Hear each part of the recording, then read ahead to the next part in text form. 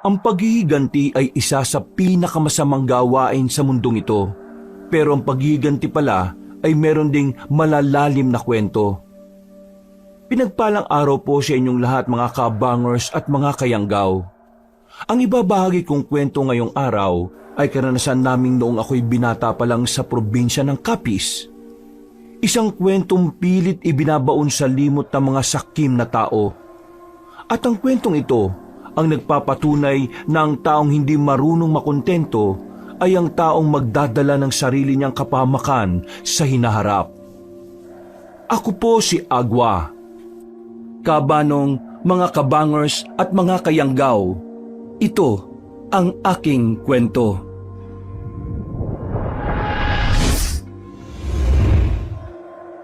Bago nga pala magsimula ang ating kwento, sana'y mapindot nyo muna ang subscribe button at ang notification bell para lagi kayong nanonotify pag may bago tayong mga kwento.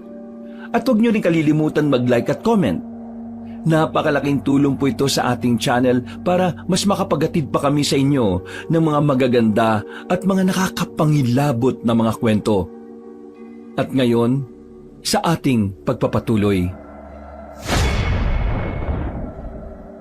Bilisan nyo nga ang pag-aayos dyan! Nabubwisit na ako sa kabagalan niya! Akala nyo ba hindi ko alam na binabagalan nyo talaga para humaba ang araw na nandito kayo sa babuyan ko? Mga hinayubak! Kaya hindi kayo naunlad kasi nandaraya kayo hanggang sa trabaho! Mga inutil! Tingnan nyo yung matandang yon. Galit na naman sa mga trabahador niya. E paano ba naman kasi? Kuripot din naman siyang magpasahod. Kaya ayan, nagtatarantado mga trabahador niya. Kung sana kasi, maayos din siyang makitungo sa mga tao eh. Baka isang araw lang tapos na yung baboyan na pinapagawa niya. Matapobre kasi si Doña Marte. Ang tingin niya sa mga kagaya natin, mga ampas lupa at mabababang uri ng tao. Marami talagang mayayaman ng ganyan. Pero hindi naman lahat Meron pa rin namang mababait at talagang may malasakit sa kapwa. Malas nga lang ng lugar na to dahil si Doña Marta ang mayaman na narito. Hello, tutuloy pa ba tayo dyan? Tingnan mo kasi kaya aga-aga banas na naman. Baka naman tayo pa mapagbuntunan ng matandang yan. Alam nyo naman, kailangan natin ng pera. Wala na tayong panggastos para sa susunod na buwan. Lamang bulsa na rin yung si Doña Marta. Kapag may mga sinabing hindi maganda, pasok sa kabilang tenga, labas sa kabila. Lolo, bakit po pala tayong dapat magbasbas sa bahay niya? Di ba pari po gumagawa nun? Sa tayong gusto niyang magbasbas Ang pari kasi, para lang yan sa mga blessing ng bahay. Tayo mga albularyo, pwedeng kada buwan binabasbasan natin ang isang bahay para lumayas yung mga masasamang elemento na naninirahan. Pero nakakapagtaka rin si Doña Marta no? Karamihan kasi sa mayayaman na nakilala ko, hindi naniniwala sa trabaho natin. Pero siya, ramdam kong pinagkakatiwalaan niya tayo Kaya nga yun ang sasamantalahin natin. Habang pinagkakatiwalaan niya pa tayo, gagawin natin ang tamang gusto niya. May malay mo matuwa.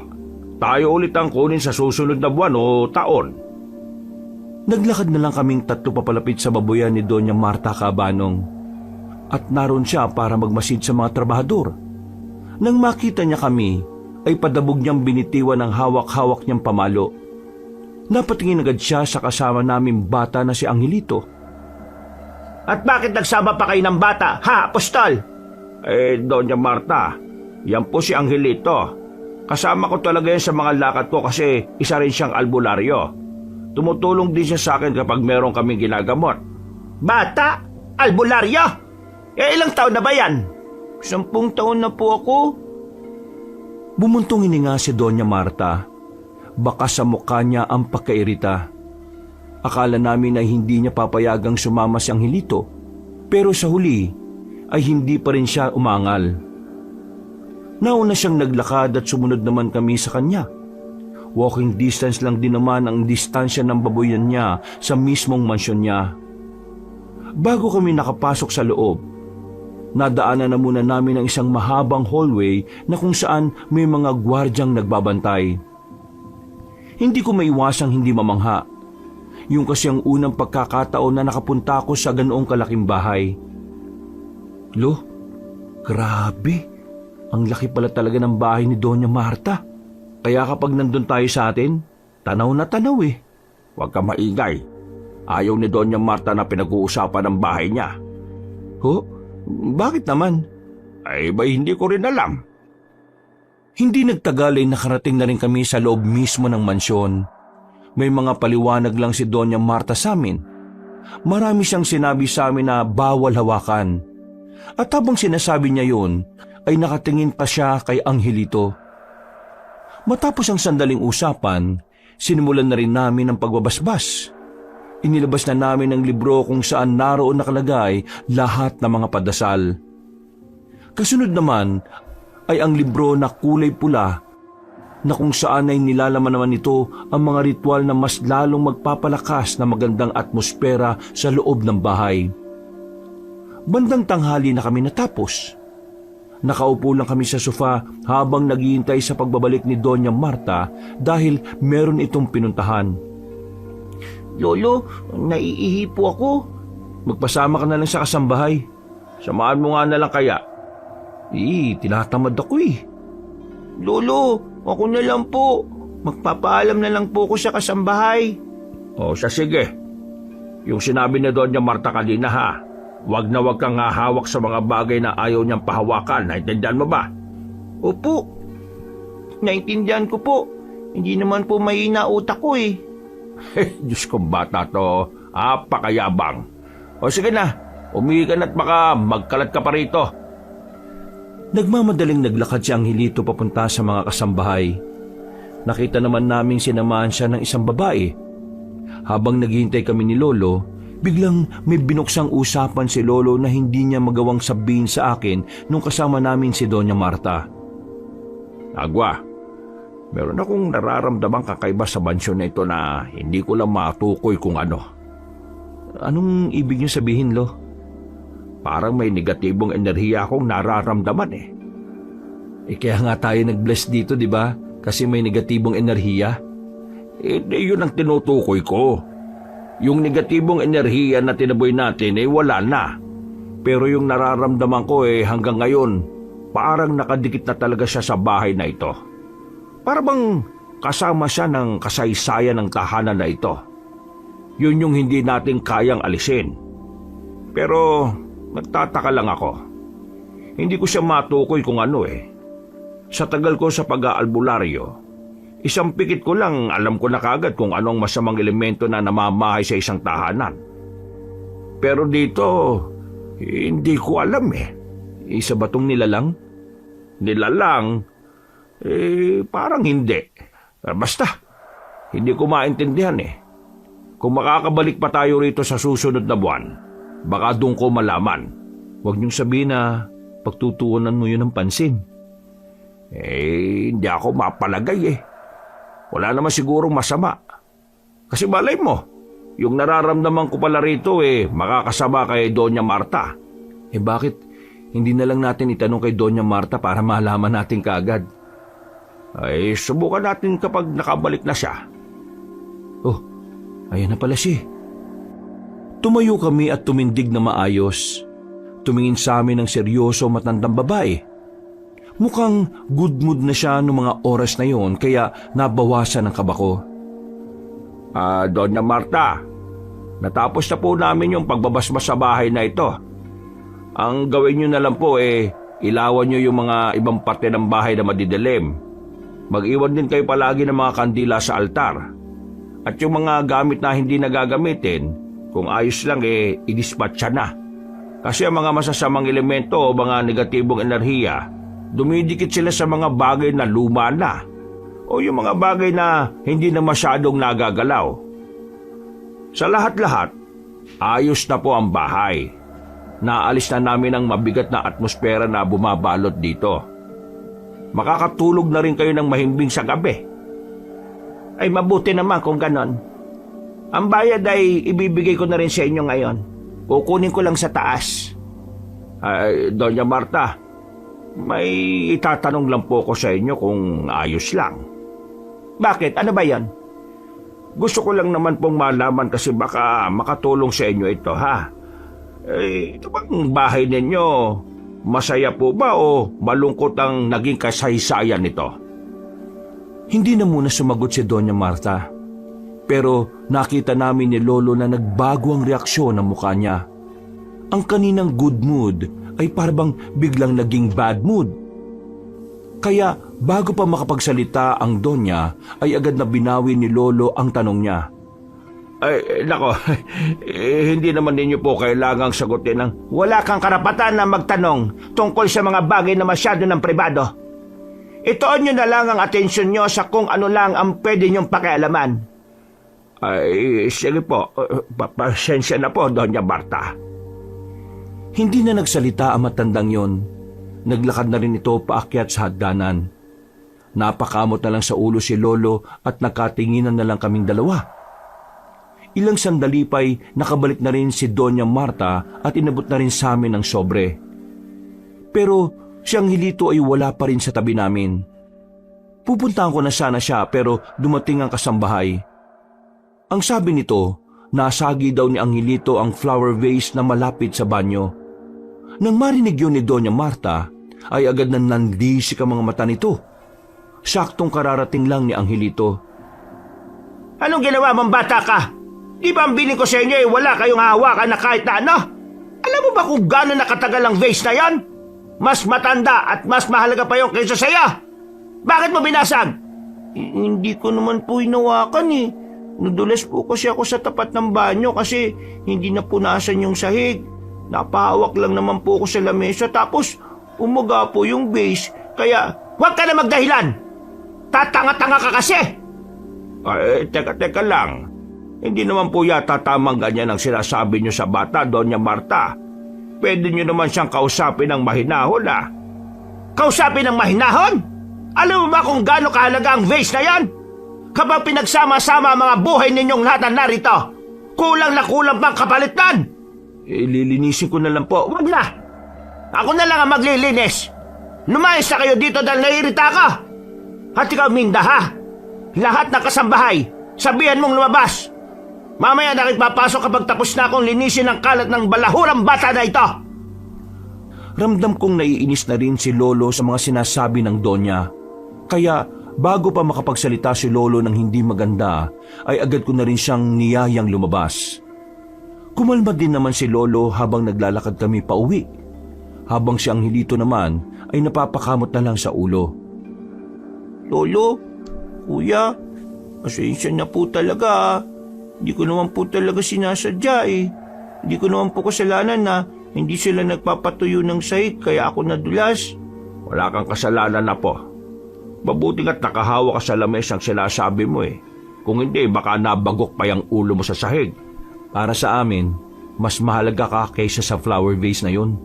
Yung flower vase po, yung laman po niya, dugo. Ano? Dugo? Sigurado ka ba dyan sa sinasabi mo, ha? Opo, Lolo. Tingnan mo tong damit ko, nabayaran ng kaunti. Aba, oo nga Lo. Dugo nga ito ah. Siguro po, may tinatagong sikreto si Doña Marta. Kasi ayaw niyang ipalinis sa iba yun eh. Ang tanong din dyan, anong klaseng dugo ang nakalagay sa vase na yon? Ang sabi po ng kasambay sa akin, matagal na raw po yung vase na yun doon. Hindi raw po pinapalitan ng laman kasi ayaw ipagalaw ng Donya yon. Ibig sabihin, yung dugong nakalagay dun matagal na rin. Paanong nangyari yun dapat natutuyo na yun kung taon na rin yung binibilang. Meron dugo na hindi natutuyo, mga apo. Dugo na hindi natutuyo? May dugo bang ganun ng mga tao, Lolo? Hindi naman tao ang ibig ko sabihin eh. Di alien? Alien ang pinagsasasabi mo. Puro ka talaga kalokohan na po. Ano nga yun, Lo? Nung binata pa lang ako, pinag-aaralan namin sa pag-aalbularyo ang iba't ibang uri ng dugo. Parte kasi yon sa sinasagawa naming pag-aalay sa mga elemento noon. Dapat, alam mo mga uri ng dugo bago ka makapagsagawa ng isang pag-aalay. Doon ko natutunan na merong dalawang uri ng dugo na hindi natutuyo kahit ilang taon pa lumipas. At ang una nito ay ang dugo ng tikbalang. Pinaniniwalaan ng dugo ng tikbalang ay hindi natutuyo basta-basta. Ang isang patak, tumatagal lang halos 1 buwan bago matuyo. Pero kapag pinagsama-sama mo ang dugo sa iisang lalagyan, hindi na sila natutuyo. Mahirap makapatay ng tikbalang kaya yung tungkol sa dugo niya, kakaunting albularyo pa lang ang nakakapagpatunay nun. Ang pangalawang dugo ay ang dugo ng aswang. Ito talaga, subok na. Marami na kasing nakapatay ng aswang kaya alam na mga albularyo na ang dugo ng aswang ay hindi natutuyo. Kahit na isala mo pa sa nagbabagang apoy. Ibig sabihin, malaki ang posibilidad na ang laman ng flower vase na yun dugo ng aswang? Malaki talaga ang tsansa na tama ang sinasabi mo. Pero hindi pa rin natin dapat isantabi na pwedeng dugo rin yun ang tikbalang. Ang pinaka dapat nating isipin dito, para saan ang dugo na yon? Anong papel nun sa bahay ni Doña Marta? Isa lang po talaga ang ibig nitong sabihin. Meron po talagang tinatagong lihim ang Donya. Kailangan natin malaman yun, Lo. Hindi. Bakit naman po hindi? May mga bagay na hindi na dapat natin inaalam. Lalo na kung una pa lang nakatadhana na itong manatiling lihim.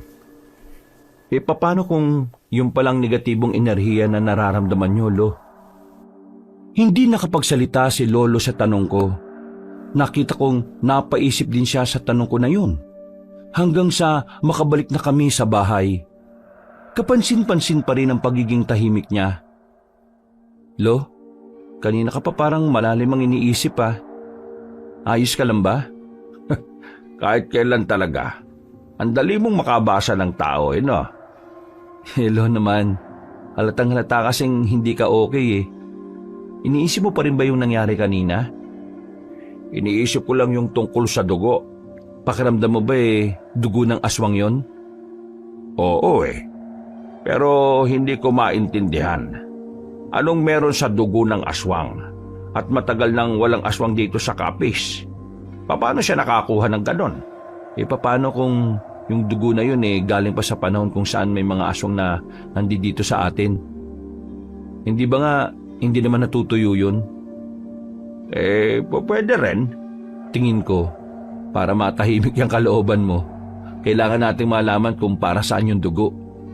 Tama si Angelito May tinatago ang Donya. Sa totoo lang, gusto ko rin namang tuklasin ang tungkol doon. Pero ang dami pa nating lalakarin. Marami tayong kliyente ngayong buwan Masasayang ang oras natin doon wala naman tayong kikitain sa kung ano man ang lihim niya. Basta kapag nagbago ang isip nyo, magsabi lang kayo sa amin ni Angelito Teka nga. Nasaan nga ba yung batang yun at bakit wala na naman dito? Nagpunta sa mga kaibigan niya. Niya ako na muna maglaro para naman maranasan niya yung pagiging bata. Ay nako, yung pinsang mong yan, masyadong advance ang utak niyan. Hindi naman natin siya pinilit na maging kagaya natin, hindi ba? Pero tadhana na siguro talaga ang nagtulak sa kanya para maging albularyo din. Ano ba yung balita sa mga magulang ni Angelito? Si Raulo tsuhin mo Naalaman kasi niya na tayo nang nag-aalaga kay Angelito. Kaya yun, wala nang balak umuwi ng Pilipinas. Ang mama naman niya, dadalawin si Angelito sa susunod na taon. Pero wala namang paramdam ngayon. Ay nako, ewan ko ba? Naawa nga ako sa batang yun Dapat kasi iba na lang ang naging magulang niya. Ang mahalaga nandito naman tayo para sa kanya. Hindi niya nararamdaman na nag-iisa siya. Ay tama ka naman dyan. Ang mabuti pa po, pagtimpla mo na lang ako ng tsaa. Medyo makati ang lalamunan ko Yung may luya Sige po, Lo. Agad kong inasikaso ang tiyaan ni Lolo sa kusina namin. Maya-maya pa, dumating si Angelito. Akala namin ay meron na namang kaaway. Yung pala, may daladala siyang masamang balita. Lolo, kuya, may natagpuan pong bangkay dun sa ilog Pugot po ang ulo niya putik. Totoo ba? Oo, kuya. Kahit sumama ka pa sa akin. Ay, teka. Hintayin niyo ako. Tatlo kaming nagtungo sa ilog na malapit lang din naman sa amin. Pagdating namin, marami ng tao sa tulay. Nakatingin ang lahat sa tubig kung saan naroon ang bangkay. Dahil sa lakas ng ilaw ng mga barangay tanod, nakita namin ang bangkay ng isang lalaki na nakabara sa mga batuhan. Wala ng ulo. Lo, parang ngayon lang nangyari tong ganito sa atin ha. Hindi kaya kagagawa na naman yan ng mga rebelde? Rebelde? Bakit? Paano mong nasabing sila ang may gawa niyan? Eh sila lang naman ang namumugot ng ulo kapag meron silang gustong parusahan eh. Narinig ko po kanina. Tindero lang po ng kakanin yung biktima. Naging palaispan pa rin para sa amin ang nangyari. Nagkaroon naman agad ng mga haka-haka sa aming baryo. Pero karamihan talaga sa mga nagsasabi ay baka rebelde talaga ang pumugot sa ulo ng kawawang biktima. Makalipas pa ang isang linggo, mas lalo kaming naging abala sa mga kliyente namin. Halo-halo ang naging aktibidades namin ni Lolo. Merong mga nagpahilot, nagpatawas at nagpalayas din kami ng mga masamang espiritu sa katawan ng isang babae. Sa dami ng nagawa namin sa mga nagdaang araw, nagkaroon na rin kami ng pondo para sa panggastos namin. Kahit na papaano, hindi na kami nababahala sa mga susunod na buwan. Isang hapon, habang abala kong naglalaga ng halamang gamot na daladala ng lolo namin, biglang may dumating na magandang babae. Akala ko nung una ay nagkakamali lang siya ng bahay na pinuntahan, pero binanggit niya ang pangalan ng lolo namin. Magandang hapon. Narito po ba si mga apostol? Bakit po? Ano pong kailangan niyo sa lolo ko? Kung narito siya, pwede ba makausap ko siya? Angelito, tawagin mo nga si lolo sa loob. Ate, ang ganda niyo naman po. Uy, bilisan mo na. Tinawag naman agad ni Angelito ang lolo namin. Wala pang isang minuto ay lumabas na kagad si lolo at nanlaki pa mga mata nito nang makilala ang nasa labas.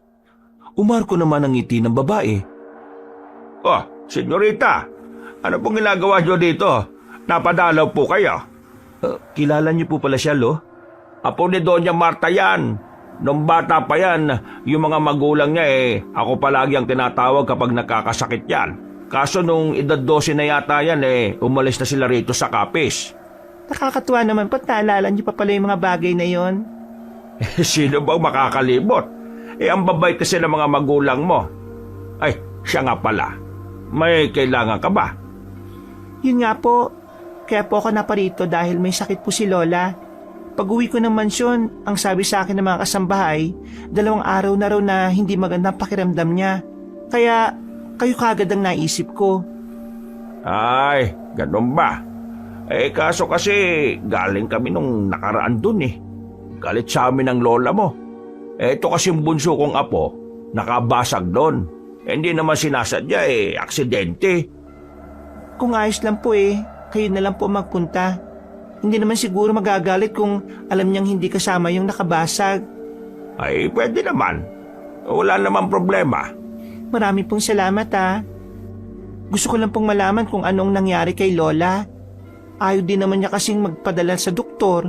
Wala raw siyang tiwala sa ospital Baka raw lalo po siyang magkasakit. O siya, sige. Mag-aanda lang ako ha. Nagmamadali si lolo na kinuha ang mga gamit niya. Habang ako naman, hindi ko maiwasan na hindi mapatingin sa maganda niyang mukha. Para kasi siyang modelo. Para bang yung mga ganong mukha ay sa panaginip lang makikita. Sa ilang minuto lang na naroon siya sa bakuran namin, napahanga na agad ako sa kagandahan niya. Hindi nagtagal, umalis na rin sila lolo. Naiwan kaming dalawa ni Angelito sa bahay at pinagpatuloy ko na lang ang nilalaga ko. Makalipas ang 1 oras, natapos ko na rin ang aking ginagawa. Niyaya ko lumabas ng bahay sa Angelito para mamili lang ng pangmeryenda namin. Mag-aalas 4 pa lang naman kasi ng hapon noon.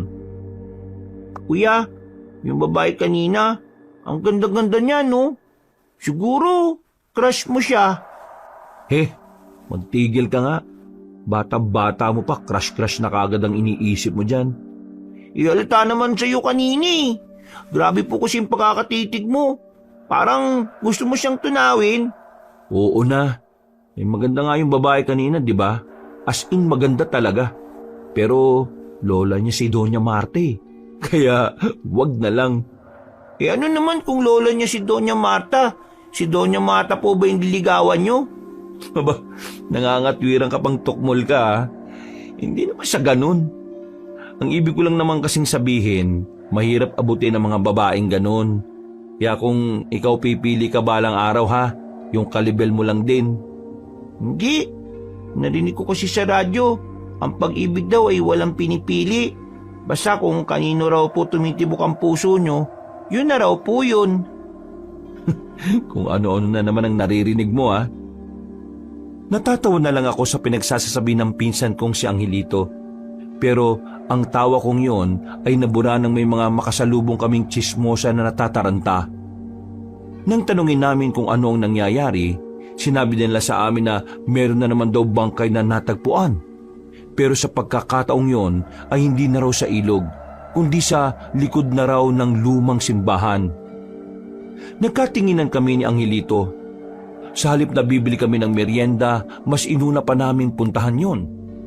Bigla na lang kasi kaming nilamon ng kuryosidad namin. Paglapit namin, nakipagsiksikan kami sa mga nagkukumpulan. Unang tingin agad namin ay katawang duguan ang bumungad sa amin. Nakaiga sa gilid ng halamanan ng lalaking wala ng buhay at wala ng kanang braso. Dilat ang mga mata niya. Wala siyang ibang sugat kundi ang braso niya lang na nawawala. Kuya, braso naman na yun ang nawawala. Yung nakaraan po, ulo. Kinukulekta yata ng may salarin yung parte ng mga katawan po ng tao eh. Uy, huwag kang nga magsalita ng ganyan. Baka may makarinig sa iyo at makapagdulot pa tayo ng maling impormasyon sa kanila ha. Pero wala po ba kayong ideya sa pwedeng gumawa niyan? Blanco pa rin sa akin eh.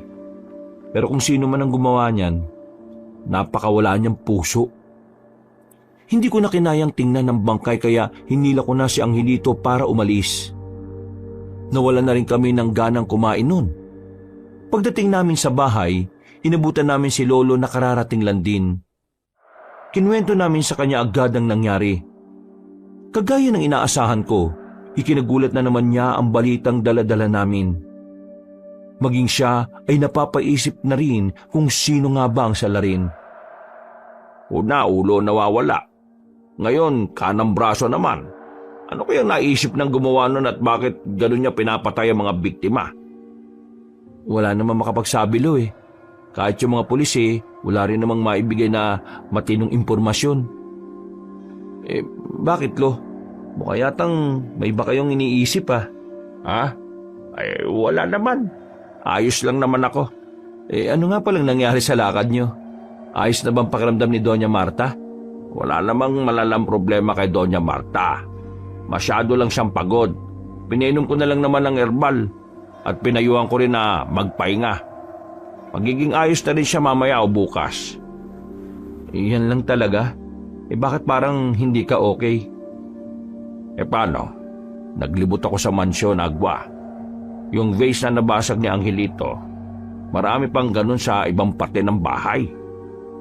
Kung marami pang ganun, ibig sabihin, may kung anong mahalagang papel nga yung mga dugo na nakalagay sa vase na yun.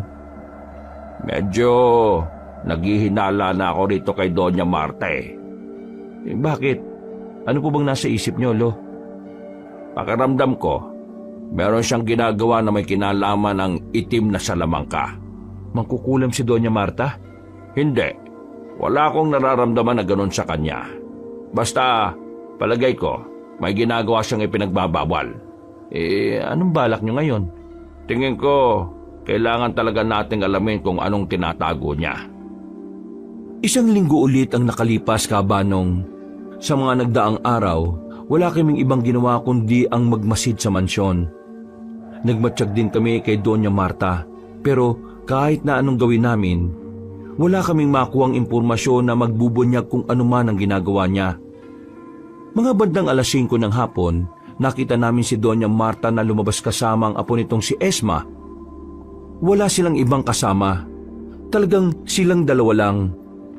Naisipan namin ni Lolo na sundan ng dalawa. At sa pagsunod nga namin sa kanila, hindi namin inakala na makakarating kami ng kagubatan. Lo, ano kayang gagawin nilang dalawa sa gubat na to? Medyo malayo na to sa bahay nila. Sinasabi ko na nga be, meron talagang tinatago ang donya na yan eh. At alam din pala ng senyorita. Masama talaga kutob ko. Kaya kailangan talaga nating malaman. Sinundan pa namin ang sinundan ng maglola hanggang sa marating na nga namin ang malaking puno.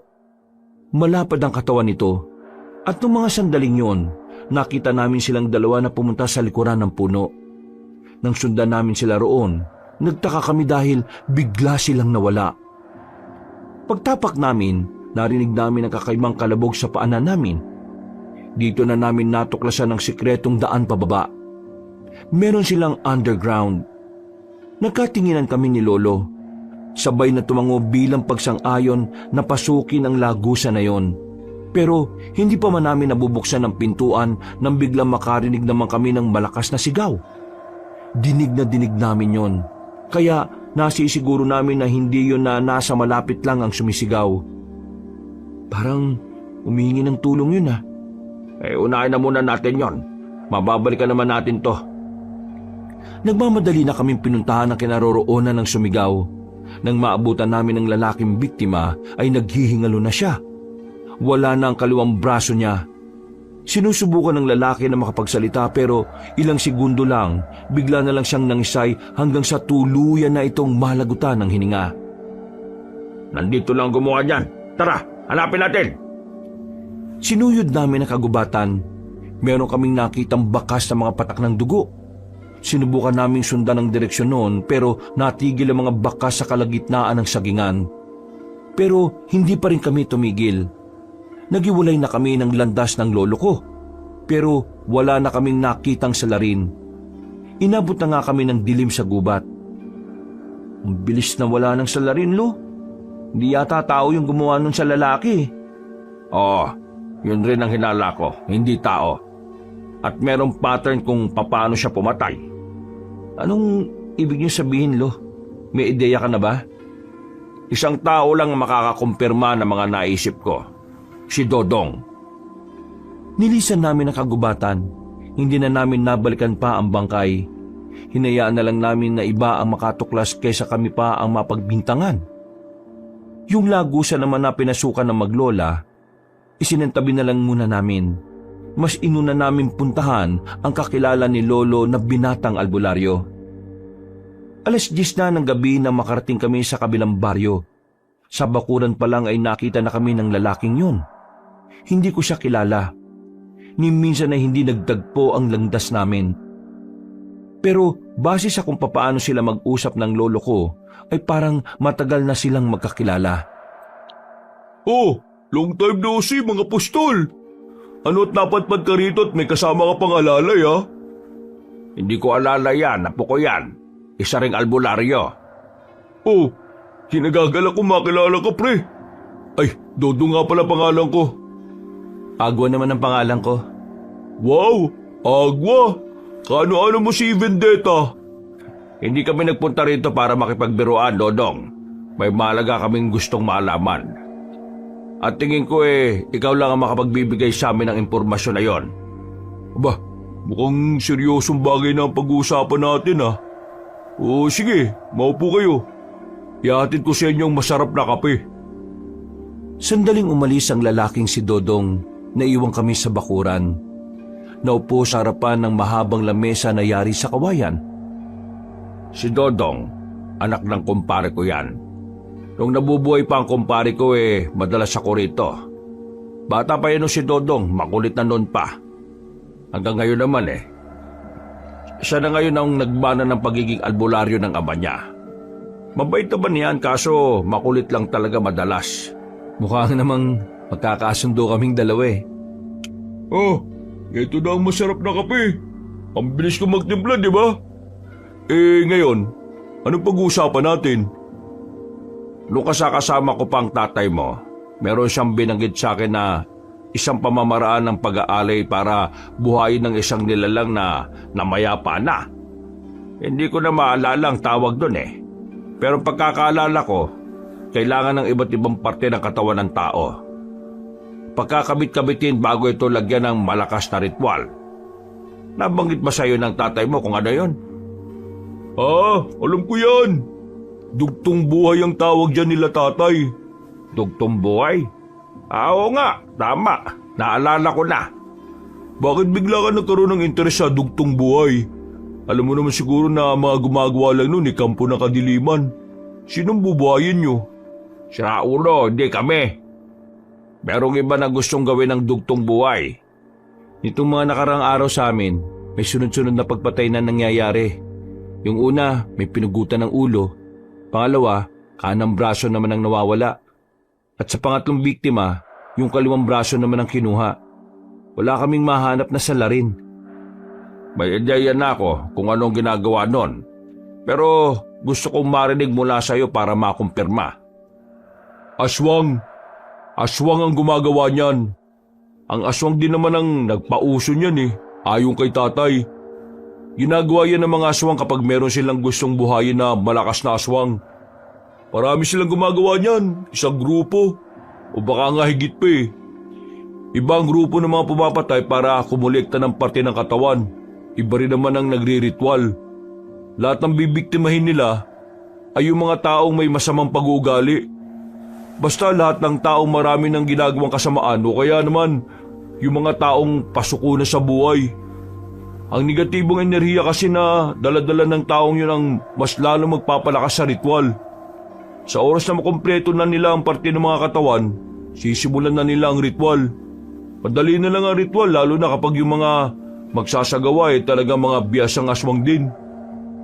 Kung iniisip nyo na aswang ang pumapatay sa mga biktima, hindi kayo nagkakamali.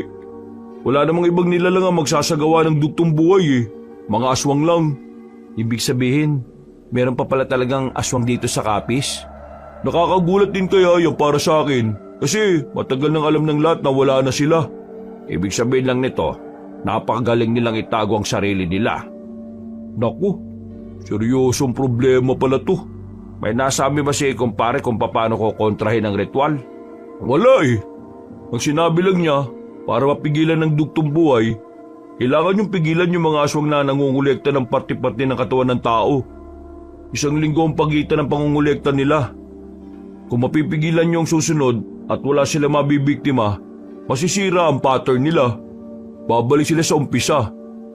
6 na linggo kasi ang kailangan nila Kung nakakatatlo na sila, nakakatatlong linggo na rin ang nakakalipas. May 3 linggo pang natitira. Ang natitira nilang kukunin sa katawan ng tao binti na kaliwa at kanan. At ang huli, yung pinakakatawan. Mas pinakamahalagang mapigilan nyo yung pinakahuli dahil yun ang sentro. Sigurado ka bang huli nilang kukunin yung pinakakatawan ng tao? Paano kapag bigla silang nag-iba ng pattern? Sabi ni Papa, hindi sila nagbabago ng pattern Ilang beses na ginawa na ng mga aswang to nung panahon pa ng Kastila. Palaging pinakakatawan ng tao nahuhuli. Kailangan kong pagandaan ng mga aswang na ito. Ang tanong dyan, kakayanin niyo bang kayo lang? Nasabi ko naman kanina, di ba? Maraming aswang nagtutulong-tulong para isagawa ang dugtong buhay. At karamihan sa mga yon, matatanda na. At ang matatandang aswang ang pinakamahirap kalabanin. Kaya nga kailangan namin ng tulong ng ibang albularyo. Kasama ka na ron. Meron akong alam na mutya na malakas na panlaban sa mga aswang. Mutya? Yung nagtataglay ng kakaibang kapangyarihan? Mismo! Saan naman namin makikita ang mutya na yan? Hawak ko yung isa kong kakilala na albularyo din. Pero sa hindi maipaliwanag na dahilan, hindi niya yun magamit Susubukan natin na baka kayo ang pwede makagamit nun. Kaya bukas ng umaga, puntahan ka agad natin. Sigurado ka bang matutulungan tayo ng mutya na sinasabi mo? Alam mo naman siguro nung nakaraang taon, maraming mutya ang naglabasan na hindi naman pala gumagana. Gumagana ang mutya na sinasabi ko. Kaso, minsan na rin nabanggit sa akin ng tatay ko yun. Ang mutya na galing mismo sa katawan ng sinaunang albularyo. Kahit matagal na si Lolo sa pagiging albularyo, hindi niya alam ang tungkol sa mutya na sinasabi ni Dodong. Ganun pa man, pinagkatiwalaan namin siya sa sinabi niya. Matapos naming makuha ang impormasyon na kailangan namin, ay umulis na rin kami. Umuwi na lang muna kami sa bahay. Inabutan naming natutulog na si Angelito. Sandali pa kaming tumambay ni Lolo sa bakuran. Napapaisip kung ano ang gagawin. Kahit hindi pa naman kami direktang naapektuhan ng ginagawa ng mga aswang, ramdam naming obligasyon namin na protektahan ng mga nasa baryo. Kinabukasan ng umaga, isinama na namin si Angelito sa lakad namin dahil walang magbabantay sa kanya. Pinuntahan namin si Dodong at pagkatapos ay sabay-sabay kaming lumarga gamit ang kanyang tricycle.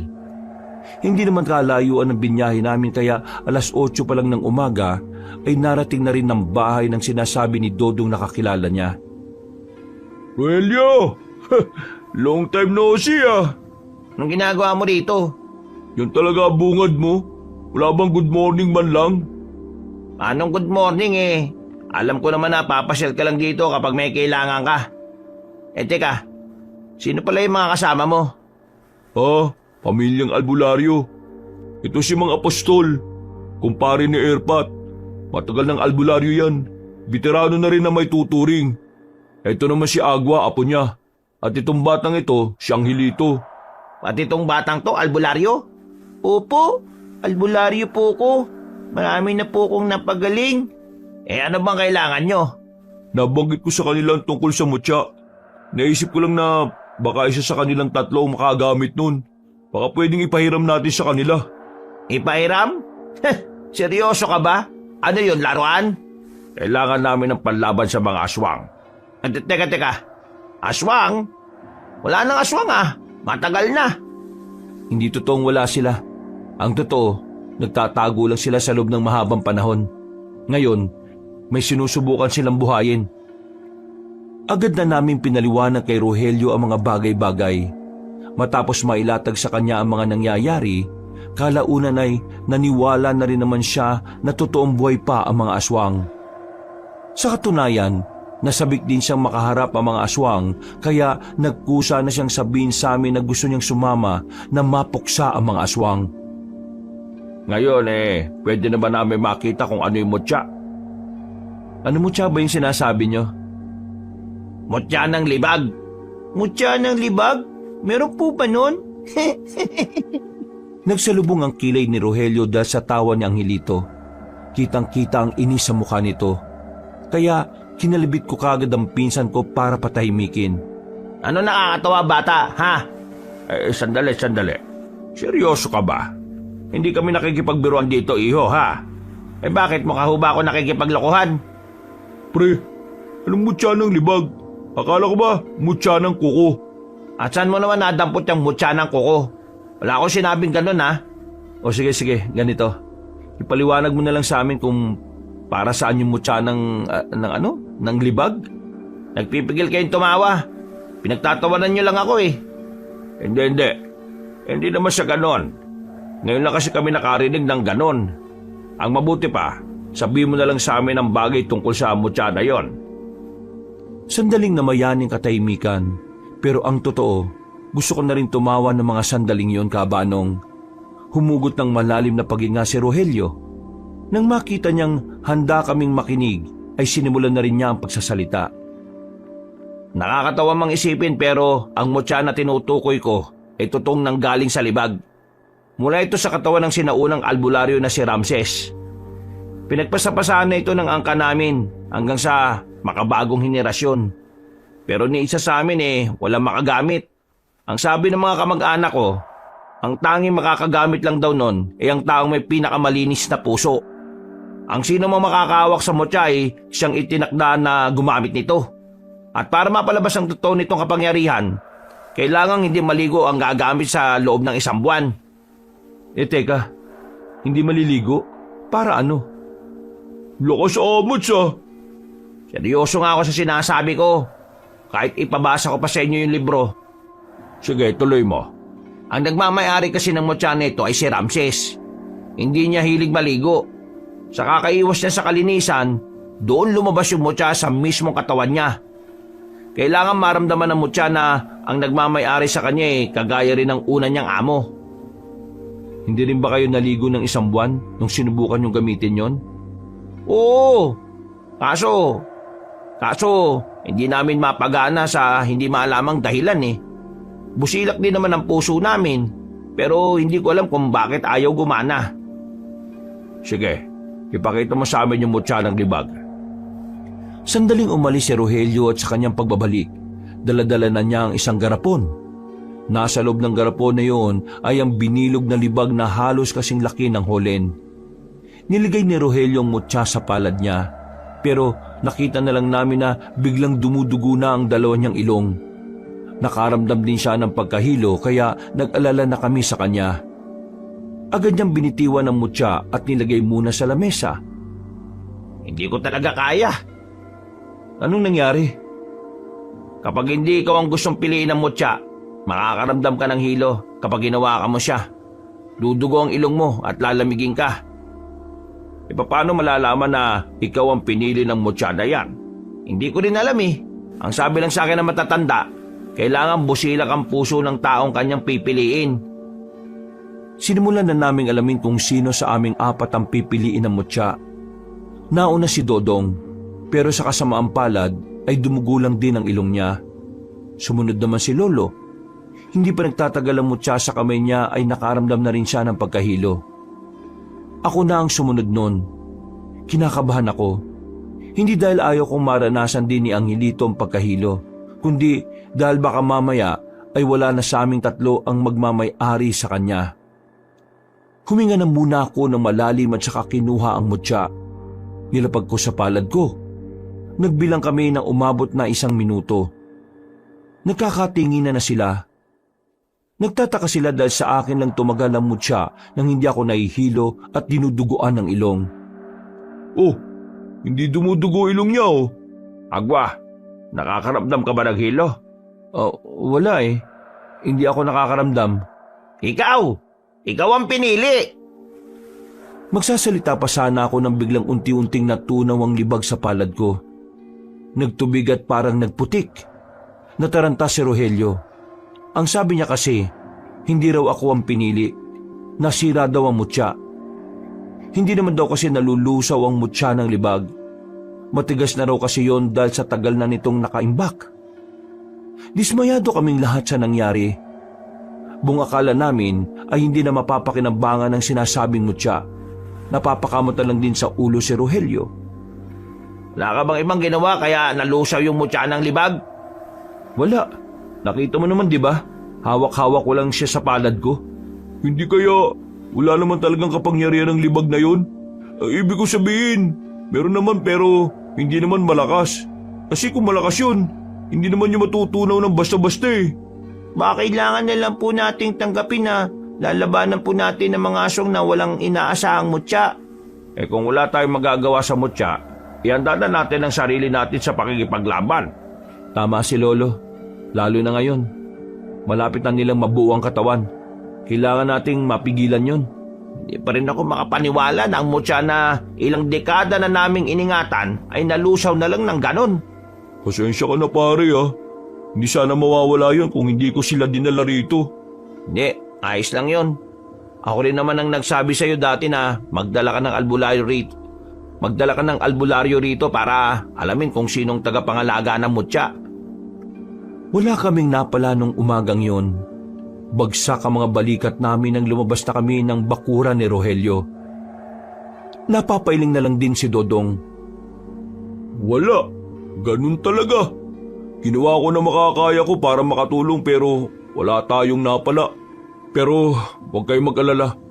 Kahit walang mutya, kasama niyo pa rin naman ako sa laban Malaking perwisyo ang gagawin ng mga asong na yun kaya hindi ko hahayaan kayo lang. Maraming salamat Kontakin na lang kita ulit para sa mga bagay-bagay. Sumakay na rin kami sa tricycle. Inihatid kami ni Dodong sa mismong baryo namin. Nang makauwi na kami, ay para kaming lantang gulay. Nanghihina kami sa nangyari. Akala kasi namin ay makakagamit na kami ng isang mutya na talaga namang magiging panlaban sa mga aswang. Lo, nasira ko ba talaga yung mutya? Hindi natin alam. Pero kung sakali mang ikaw ang dahilan kung bakit yun nasira, wala ka namang kasalanan doon. Sumusubok lang naman tayo eh. Ay, siya nga pala, Lo. Kailangan natin puntahan yung lagusan na pinasukan nila Doña Marta. Bukas. Subukan natin balikan bukas. Hindi ako makatulog ng mga sandaling yon, Kabanong. Kaya ang ginawa ko, ininom ko ang natitirang alak ni Lolo. Kinabukasan, tanghali na akong nagising.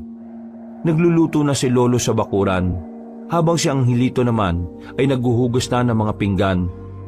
Paglabas ko, saktong dumating si Esma, ang apo ni Doña Marta.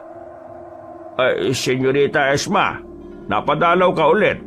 Bakit? May sakit na naman ba ang Donya? Wala namang problema. Nandito lang ako para ihatid itong pasasalamat niya sa inyo, mga prutas. Ay nako, nag-abala pa kayo. Pero maraming salamat ha. Malaking tulong to para sa mga kagaya kong tumatanda na. Sige po, aalis na po ako.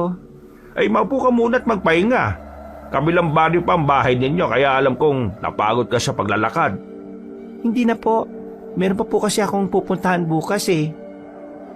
Hindi na kinulit pa ni Lolo si Esma, pero malakas ang kutob namin ang tinutukoy nitong pupuntahan ay walang iba kundi ang underground sa kagubatan. Nagkatinginan kami ni Lolo. Nagkakaintindihan agad kami kahit sinyasan lang. Mabilis na lumipas sa mga oras. Sumapit na rin ang kinagabihan. Iniwan na muna namin si Angelito sa kapitbahay namin, habang kami naman ay tinungo ang kagubatan para balikan ang nakita naming lagusan. Lo, tama pa ba itong dinaraanan natin? Bakit parang mas malayo ito kaysa nung una? Mukha lang malayo kasi wala tayong sinusundan. Pareho lang yan. Bilisan mo na lang ang lakad mo para makarating tayo kaagad. Kailangang wala sila ron kapag nakarating na tayo. Malalaking hakbang na ang ginawa namin ni Lolo para marating ang patutunguhan namin. Hindi nagtagal, natanaw na rin namin ang malapad at malaking puno. Wala kaming sinayang na oras. Dali-dali kaming lumapit. Pagangat namin ng pinto, nakabukas yun. Kaya ang nasa utak namin ay baka nasa ibaba pa ang maglola. Kaya ang ginawa namin ay nagtago na muna kami sa gilid. Hindi na muna kami pumasok. Naghintay kami ng halos kalahating oras. Maya-maya lang, nakita na naming lumalabas na ng lagusan na yon ang maglola, dala ang malaking lampara na nagsisilbing ilaw nila. Hinintay na muna namin sila makaalis. Nang masiguro naming wala na sila, mabilis naming nilapitan ng lagusan. Ang kaso nga lang, nakakandado na yon kaya hindi rin kami nakapasok sa baba. Lo, nakakandado? Ano, wasakin na lang natin? Wag. Kapag winasak natin, malalaman nilang may pumasok. Baka hindi na tayo makabalik ulit. E anong gagawin natin ngayon? Naghintay-hintay pa naman tayo. Dapat pala kanina pumasok na tayo eh. Siguro ang kailangan natin gawin, kausapin natin si Esma. Sa kanya natin mismo malalaman ang mga sagot sa mga tanong natin. Kayong dalawa! Nagulat kami nang marinig namin ang tinig ni Doña Marta. Nasa likuran na namin sila. Hindi pa pala sila nakakaalis. Pinatay lang pala nila ang lampara kaya hindi na namin sila nakita. Nang buksan ulit ni Esma ang lampara, nakita naming masama ng tingin sa amin ng Donya. Tama nga ang hinala ko. Kayo yung sumusunod sa amin nung nakaraang gabi. Ano kailangan nyo? Bakit kayo nandito? Kayo ang dapat naming tanungin ng ganyan. Bakit kayo narito at anong ginagawa nyo sa ilalim ng lagusan na yan? Wala ka ng pakialam doon. Sagutin mo ang tanong ko. May kinalaman ba ito sa mga aswang? Nanlaki ang mga mata ni Doña Marta nang marinig ang sinabi ni Lolo. Hindi yata nito inaasahan na may ideya na rin kami sa tinatago nila. Biglang hindi na makatingin si Doña Marta. Balak pa nilang ibahin ang usapan pero hindi to tinantanan ng lolo ko. Yung mga dugo sa mga flower base sa bahay ninyo, alam kong dugo yun ng mga aswang. Dahil ang dugo ng mga aswang ay hindi natutuyo. Ngayon, paano nyo itatanggi na wala itong kinalaman sa mga aswang? Hindi ko alam ang mga pinagsasasabi mo. Kung ayaw mong ipakulong ko kayo, ay lubayan nyo na kami. Kung ano man ang ginagawa namin, wala na kayong pakialam. Nandito pa ang mga aswang, Doña Marta. Hindi sila namatay kahit kailanman. Sa katunayan, nagsasagawa na sila ng hakbang para buhayin ng isang malakas na aswang. Imposible ang sinasabi ninyo. Hindi sila makakagawa ng kahit na anong hakbang. E di namin mo na rin ng totoong may kinalaman itong ginagawa niyo sa mga aswang. Natamimi si Doña Marta. Wala na siyang lusot ng mga sandaling yon. Napabuntong hininga na lang siya. Sinimantala na namin ang pagkakataon para makakuha ng impormasyon sa kanila. Kutob kasi namin na ang malalaman namin mula sa kanila ay makakatulong sa mga ginagawa namin. La, mukhang kailangan na rin nilang malaman. Hindi na tayo makakalusot. Pinubukas ulit ni Doña Marta ang lagusan. Isinama niya kaming bumaba roon para pag-usapan kung ano man ang nalalaman nila. Nang nasa loob na kami, isa-isa nilang sinindihan ng mga malalaking sulo. Nakakamangha dahil yun ang unang beses na nakapasok ako sa isang underground. Para siyang kuweba sa ilalim na may malawak din na espasyo. Para saan ka namin ay sagradong lugar na ito? Kung ano man ang malalaman nyo ngayon, makakaasa ba kung hindi ito makakarating sa iba? Iingatan namin ang sikreto niyo kung yun ang gusto mo, Doña Marta. Mabuti nang nakakaintindihan tayo. Ano bang eksaktong ginagawa ng mga nagpupunta rito? Noong araw, halos lahat ng babae sa angkan namin ay miyembro ng samahan ng mga babaylan. Sa mismong lugar na ito sinasagawa ang pagriritual para sa iba't ibang layunin. Kagaya na lang ng pakikipag-usap sa mga nilalang sa kabilang mundo. Sa pagpapalakas din ng espiritual na aspeto ng mga tao sa partikular na nayon. Malaki ang naging papel ng mga babaylan noong araw, lalo na sa kalikasan. Nagsasagawa rin kasi sila ng himala para madiligan ng mga bundok na natutuyot dahil sa panahon ng tag-init. Pero isang pagkakamali ang ginawa ng mga babaylan na naging mitya ng kanilang mga buhay. Biglang nakaramdam kami ng awa base sa ekspresyon ng mukha ni Doña Marta. Hindi ko inakala na darating ang oras na makikita ko siya sa ganoong postura. Wala akong maramdamang pagiging matapobre niya noong mga oras na yon. Isang veteranong babaylan ang dumating sa Capiz. Nagbigay ito ng babala sa lahat. Isang malakas na dilubyo raw ang darating sa probinsya. Kung hindi ito mapipigilan, maraming buhay ang mawawala. Noong mga panahon na yon, naniwala ang buong angkan namin sa sinabi na matanda. Natataranta sila. Kaya naman, ang mismong lola ko na ang nakaisip ng paraan. Kailangan nilang makausap ang espiritu ng kagubatan. Yun ay para protektahan ang mga baryo na pinaliligiran nito laban sa paparating na dilubyo. Nakaligtas ba sila sa dilubyo? Hindi. Marami ang namatay sa kanila. Kasama na roon ang lola ko pati na rin ang mga kamag-anak ko. Bakit? Hindi ba nila nakausap ang espiritu ng kagubatan? Hindi sila nagtagumpay na makausap yan. E ano naman ang koneksyon sa mga aswang doon?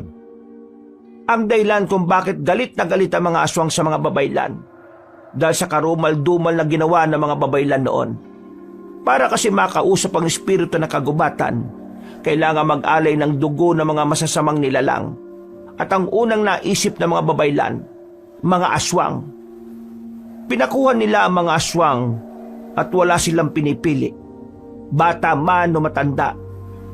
Lahat ng yon, pinaslang at kinuha ang mga dugo. Isinaboy sa gubat. Pero sa kasamaang palad, hindi yun naging epektibo. Dumating ang dilubyo. Malakas na bagyong sumira sa lahat ng nasibulan ng mga babaylan. Namatay ang karamihan sa kanila. Ang masakit pa ron, ang mga naiwang henerasyon. Kami ang babalikan ng mga aswang na natitira. Kaya nang dumating na sa henerasyon ko, lahat ng kilala kong manunugis ay binayaran ko para lang mahuli ang pinakapinuno. Siya si Vendetta. Kasama siya sa mga aswang na dapat ay magiging alay sa gubat. Napatay siya ng mga manunugis pero hindi nila nakuha ang katawan dahil inadod sa ilog. Kaya nga sinabi ko kanina, imposibleng makabalik sila. Imposibleng buhayin siya ulit. Dahil ang alam ko, wala na ang katawan niya. Yung mga dugo ng aswang sa flower base, para saan ang mga yon? Ang mga dugo na yon ay tira-tira sa mga dugong isinaboy sa gubat noon. May mga ritual ang mga flower base. Pinaniniwalaan na kapag nasa loob yon ng bahay, hindi kami dadapuan ng kahit na anong karma.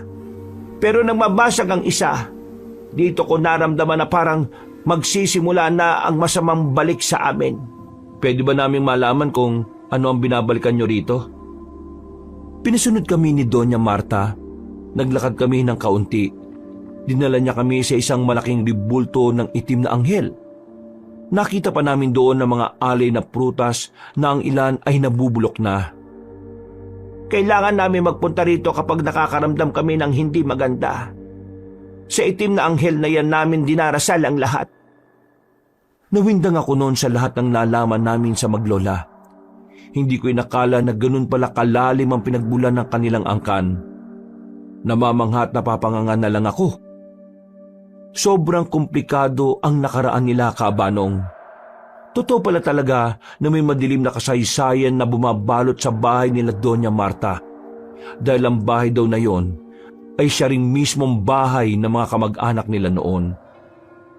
Doña Marta, mukhang nahanap na ng mga aswang ang katawan ng sinasabi mong pinuno ng mga aswang.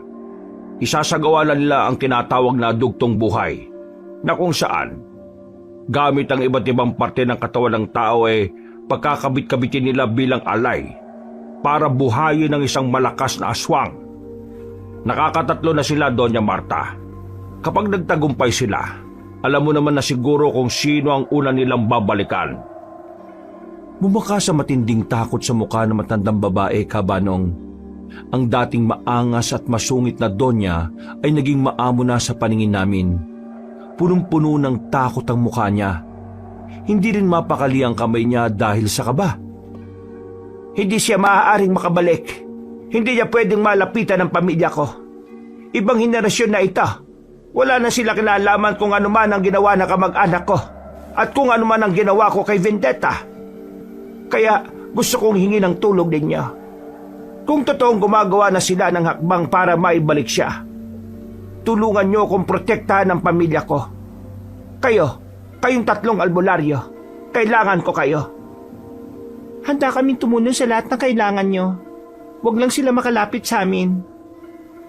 Ang mabuti pa, habang hindi pa nabubuhay ang pinuno ng mga aswang, umalis na kayo ng bansa. Hindi nila kayo masusundan kapag wala na kayo dito. Yun ang pinakamagandang magagawa nyo para hindi kayo mapahamak. Magsasabi na lang kami sa inyo kung ano ang mga kailangan namin. Napapatango na lang si Doña Marta. Pumayag naman siya sa mga sinabi namin sa kanya. Maya-maya pa, sabay-sabay na rin kaming lumabas sa underground. Magkakasama naming tinahak ang kagubatan pabalik. Agwa, alam kong nagulat ka sa mga revelasyon ng pamilya namin. Pero sana, huwag sumama ang tingin mo sa amin. Hindi ko alam kung masama ba yung ginawa ng mga babaylan noon para protektahan ng mga tao. Kasi aswang naman kasi yung mga yun eh. Kaya parang okay lang na paslangin sila at ialay. Pero sa kabilang banda, yung mga aswang na pinaslang nila may mga pamilya rin. May mga anak, kapatid, ama't ina. May pamilya. Kaya hindi rin natin talaga maaalis na kamuhian nila ang angkan ninyo eh. Pero yung ginawa ni Doña Marta, tama lang yun. Yun lang ang tanging paraan para mailayo ang bagong henerasyon sa kapahamakan. Pero alam mo, naninibago ako kay Doña Marta. Tingnan mo silang dalawa kung mag-usap. Para silang magtropa lang oh. Ang totoo niyan, may kasamaan din talaga ang ugali ni Lola. Pero pagdating sa pamilya niya, lahat gagawin niya para lang maprotektahan kami. Huwag ka mag-alala. Kami nang bahala sa mga aswang. May mga albularyo na rin kami nakausap para tugisin ang mga nilalang na yon. Makalipas lang ang ilang oras, nakarating na rin kami sa mansyon. Napagod kami sa kakalakad kaya nagpahinga na muna kami saglit doon. Naninibago talaga kami noon sa kung paano kami itrato ni Doña Marta. Siguro dahil may kailangan talaga siya sa amin. Pinaghandaan niya kami ng makakain at maiinom. Habang kumakain kami ni Lolo, Nagulat ako nang mabasa ko ang baso nang hawakan ko lang yon. Buti na lang si Esma lang ang naroon. Hindi nakita ni Doña Marta ang nangyari kaya dali-dali niyang iniligpit yon. Hindi ka ba nasugatan? Hindi naman po, Lo, pero natataka ako. Bakit nabasag yung baso hinigpitan ko lang naman ang paghawak. Makapal yung baso ah. Hindi naman yung mababasag kahit 2 kamay mo pang maghigpit ng hawak doon. Parang biglang nagkaroon ng kakaibang lakas tong kamay ko, Lo. Ano sinasabi mo? Hindi ko alam eh. Gulong-gulo ang utak ko ng mga sandaling yon. Hanggang sa makauwi na kami sa amin, hindi pa rin nawawala sa isipan ko kung paano ko nabasag ang baso sa simpleng paghawak ko lang. Para makatulog, inisip ko na lang na baka meron lang lamat ang baso kaya madali ko lang siyang nabasag. Makalipas ang 1 linggo, isang masamang balita na naman ang pumutok. Isang bangkay na naman ng lalaki ang natagpuan, pero wala na itong kanang binti.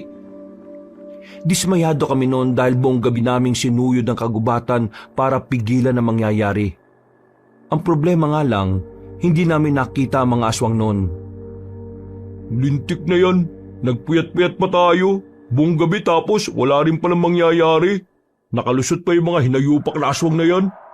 Ay nabiktima pa. Ang bira oh. 2 biktima na lang ang kailangan nila tapos pagkatapos nun happy-happy na sila. Kalma. Walang magagawa yung inis mo. Ang mabuti pa, aralin natin ng maigi kung paano natin sila mahahanap. Paano naman kasi natin matitsyempoan ng mga aswang? Hindi lang naman sila rito kukuha ng tao para biktimahin. Malaki ang kapis. Naglilibot tayo pero dito-dito lang sa atin. Bakit sila lalayo kung pwede naman sa malapit?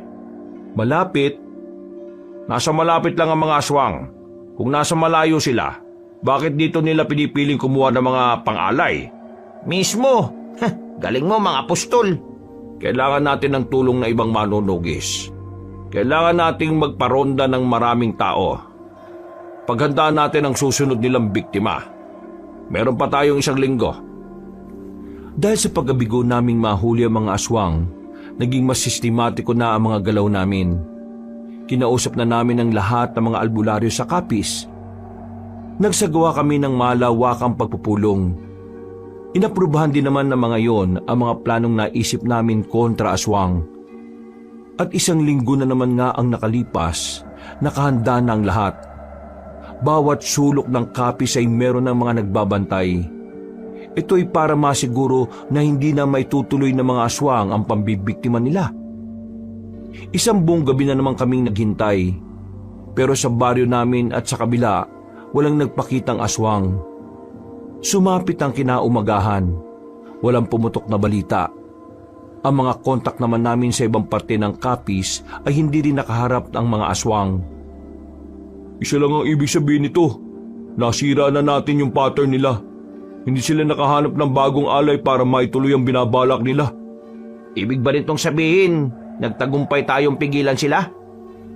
Hindi pwede matigil ang pangunguha nila ng isang parte ng katawan ng tao Kapag natigil yon, babalik sila sa umpisa. Kung wala silang nakuha kagabi, ibig sabihin, sila ang hindi nagtagumpay. Naging epektibo yung mga plano natin. Natuwag silang lumabas. Nagdiriwang na ang ibang albularyo ng mga oras na yon, Kabanong. Pero si Lolo, nananahimik lang sa gilid. Malalim na naman ang iniisip niya. Hindi man lang humingiti. Parang ang laki-laki ng problema.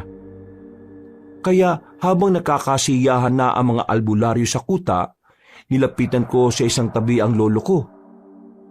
Lo, kanina pa kita napapansin na ganyan Masama ang kutob ko rito, Apo. Iniisip mo ba na alam ng mga aswang ang mga binabalak natin kaya hindi sila nagparamdam? Oo. Eksakto. Pareho tayo ng naiisip.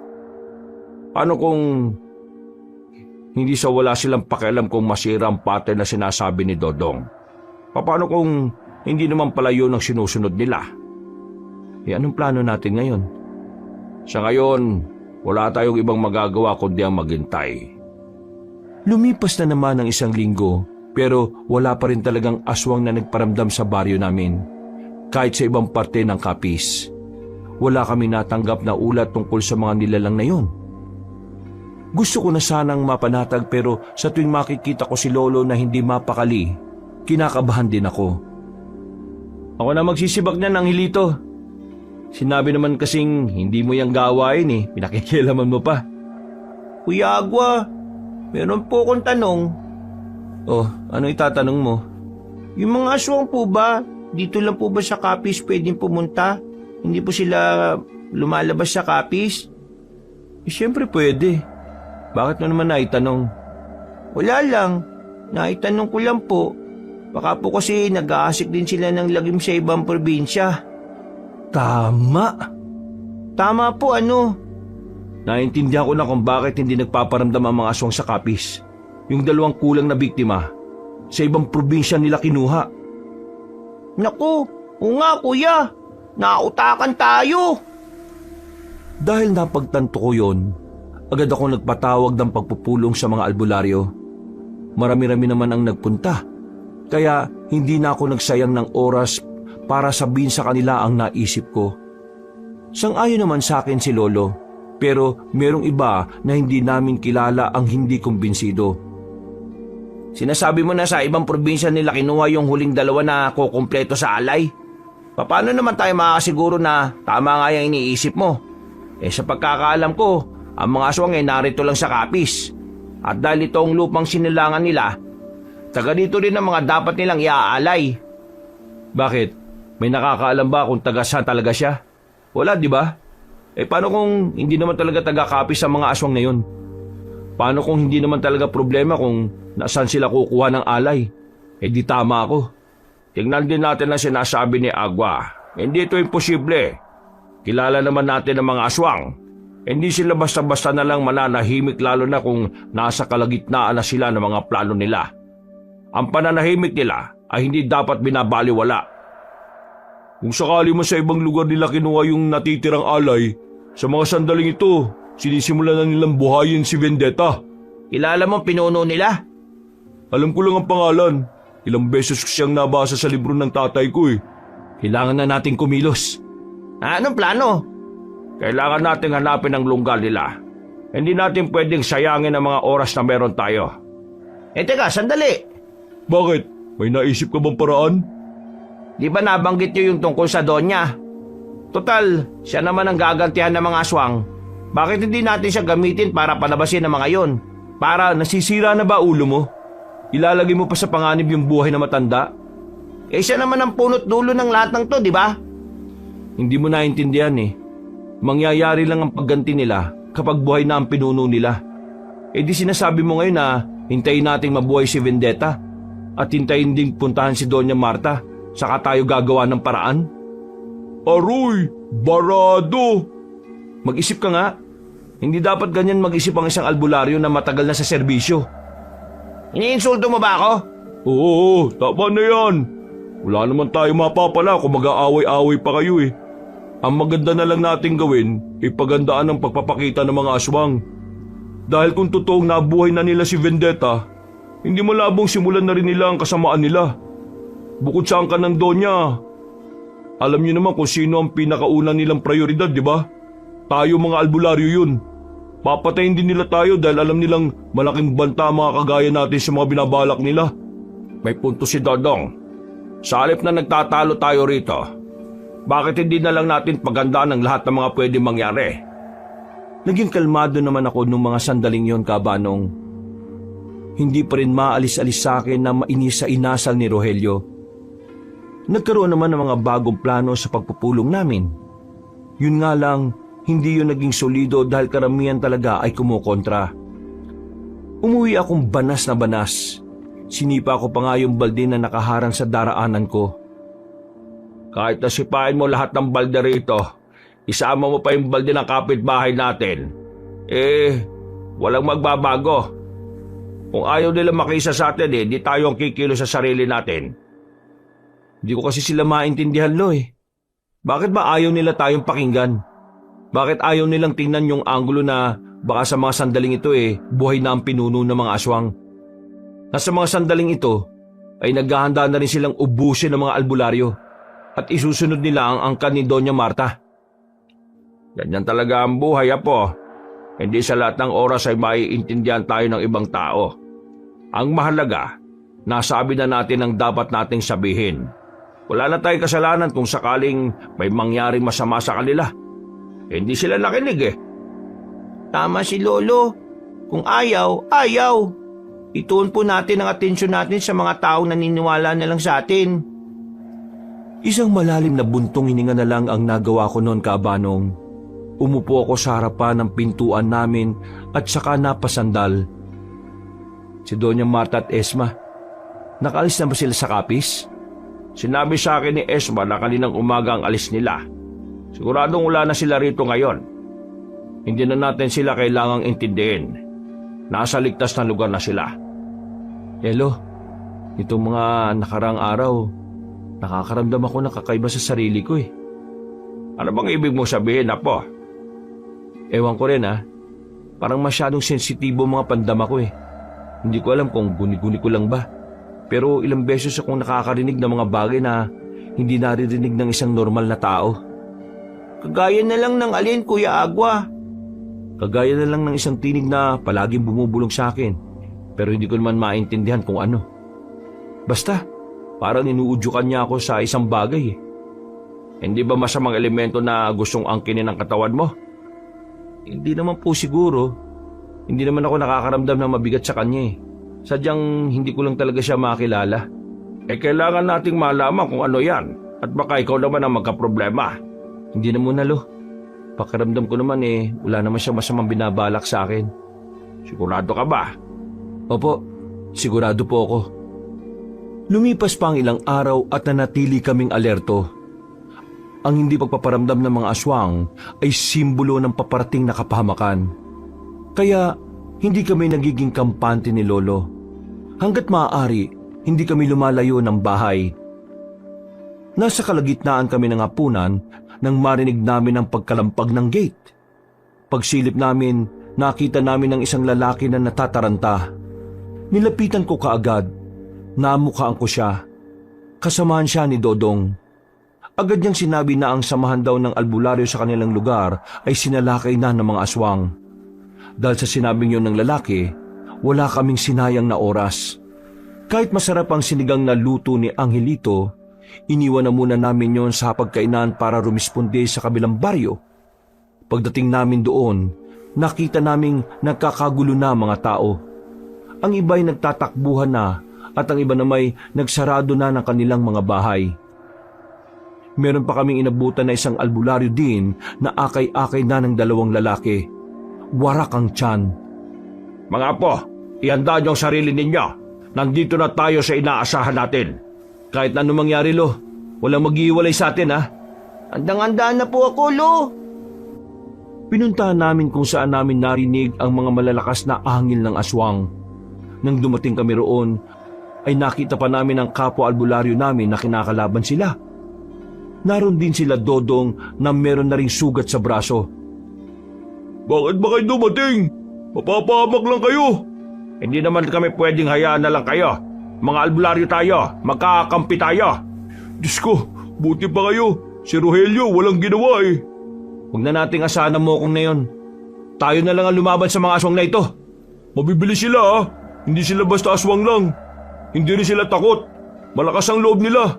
Siguro, totoong buhay na yung pinuno nila kaya sila matatapang. Hindi pa rin natin sila aatrasan.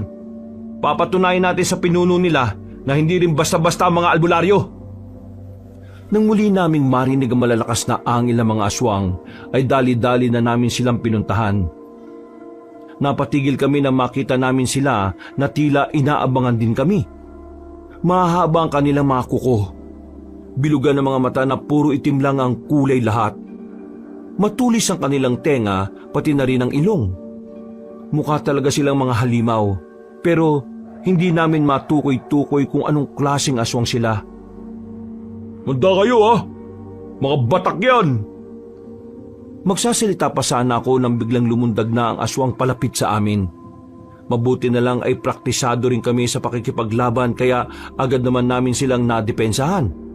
Pero hindi namin maikakaila na talaga namang malalakas sila. Hindi kami makagawa ng kahit na anong pag-atake. O di ba? Malalakas sa mga hayop na to. Maging alerto lang tayo sa mga galaw nila. Kuya Agwa, meron ka ng sugat sa balikat. Wala yan. Gas-gas lang yan. Malayo yan sa bituka. Mamaya po, malapit na yan.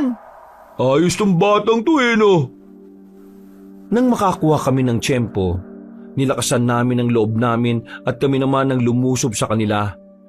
Nagtaka ang mga aswang kung bakit parang bigla kaming tumapang.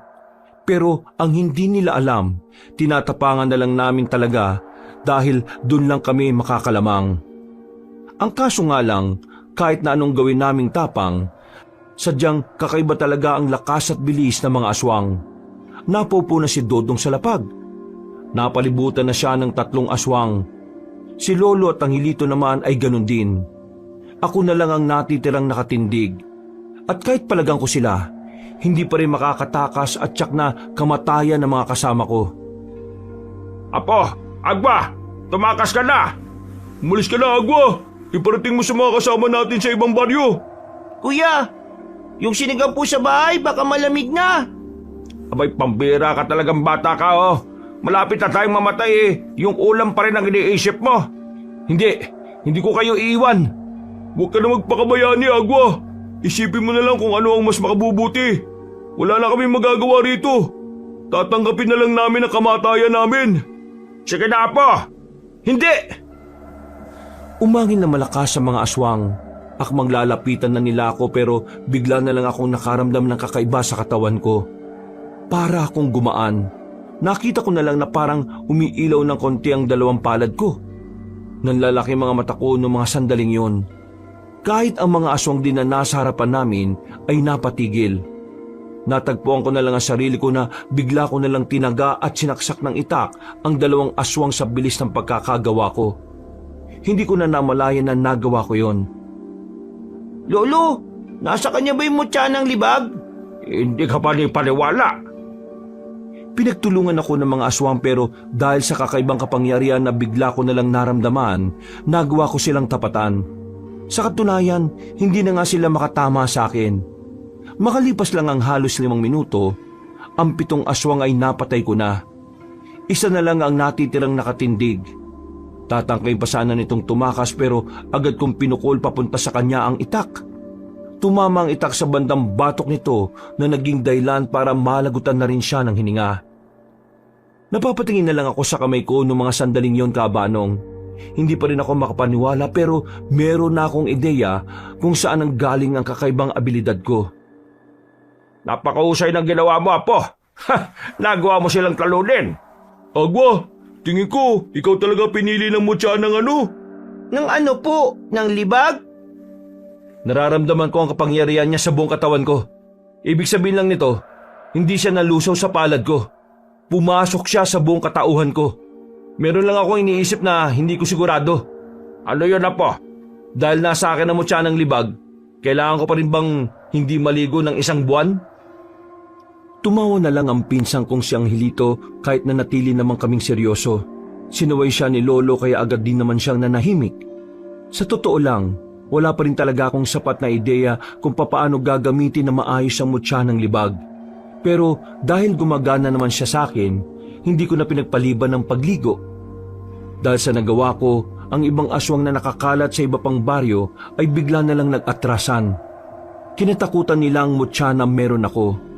Kahit na naipanalo namin ang unang laban, marami pa rin ang nasaktan at meron ding mga namatay. Agad namang nakarating sa ibang baryo ang tungkol sa paggamit ko ng kapangyarihan ng mutya. At kahit na gabing-gabi na at hindi pa kami nakaka-recover sa nangyari, biglang dumating si Rogelio sa baryo nila Dodong. Agwa! Oh, kung makapagdabog ka ng pinto, akala mo taga rito ka. Manahimik ka muna. Si Agwa ang gusto ko makausap. Agwa, totoo bang napagana mo yung mutya ng libag? Oo, hindi pala siya nalusaw.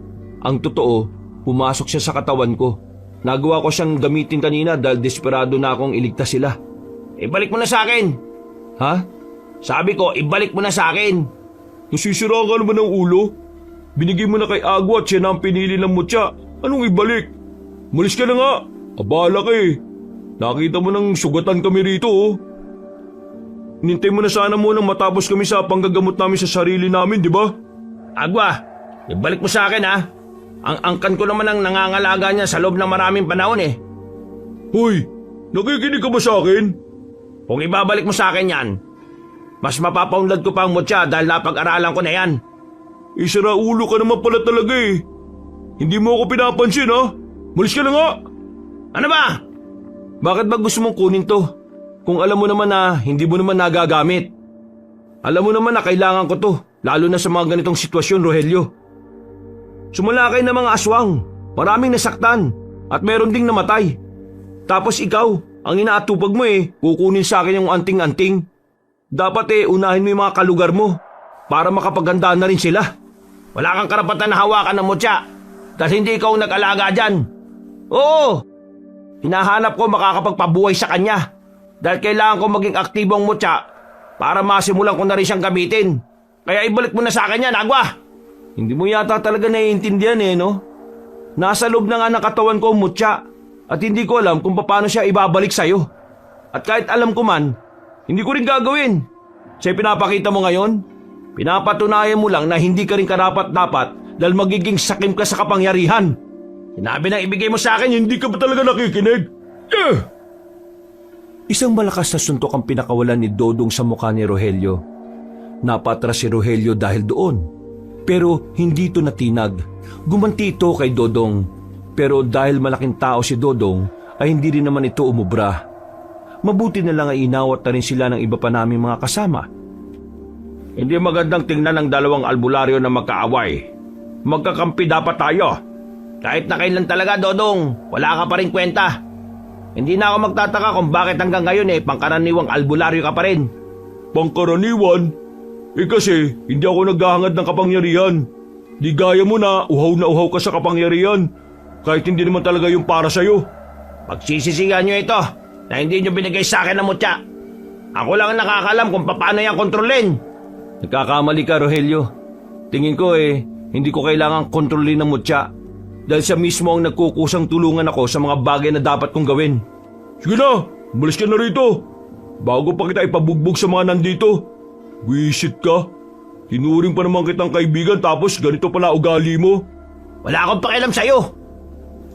Padabog na lumabas si Rogelio. Binanggapan nito ang mga nakakasalubong na kapwa albularyo. Buntong hininga na lang ang nagawa ko. Kinaumagahan, naging maayos naman ang kalagayan namin. Nalinisan na rin ang mga sugat namin. Nang masiguro naming nasa maayos na kalagayan ng lugar nila Dodong, nagpasya kaming umuwi na muna sa baryo namin. Inabutan pa namin sa lamesa ang pagkain na hindi na namin natapos nung gabi. Ininit na lang ni Lolong sinigang at maya-maya'y kumain na rin kami. Habang kumakain, nararamdaman ko ang malaking pagbabago sa sarili ko. Mula nang mapalabas ko ang kapangyarihan ng mutya ng libag, pakiramdam ko ay kaya ko nang gawin ang lahat. May pagkakataon na bigla-biglang lumalakas ang pandinig ko. Minsan din ay may mga pangitain ako kahit nagising ako. At ang tinig naman na bumubulong sa akin ay naiintindihan ko na. Sinasabi niya sa akin na gamitin ko sa kabutihan ng mutya ng libag dahil ito ang makakatalo sa mga aswang. Palagay ko noon, siya ang unang may-ari ng mutya. Ang matandang lalaki na walang ligo-ligo, si Ramses. Lumipas ang 2 araw, kutob namin na nakarating na sa pinuno ng mga aswang ang nangyari. Kaya naman, naganda na rin kami sa posibilidad na bigla na lang siyang magpakita sa amin. Naging sanggang dikit na namin ang albularyo sa baryo ni Dodong. Kahit papaano ay kampante ako makakapalag kami sa mga aswang dahil meron kaming pagkakaisa. Nahati kami sa 2 grupo. Ang iba ay nasa baryo namin at ang iba naman ay nasa baryo nila Dodong. Kami ang mangunguna sa pagprotekta sa mga kapwa naming albularyo sa aming baryo, habang si Dodong naman ang tinuturing na pinuno sa kanila. Lolo, ano po bang itsura ng pinuno ng mga aswang? Hindi ko rin alam, Apo. Pero nasisiguro ko na nakakatakot talaga siya. Nakita ko siya sa panaginip ko. Nilarawan sa akin ng mutya kung anong itsura niya. Isa siyang matanda. pangkaraniwan lang ang itsura niya kapag nasaan yung tao siya. Pero nakakapangilabot ang tunay nitong anyo kapag naging aswang. Matangkad, maskulado ang katawan na parang hindi ito matanda. Mukha itong demonyo.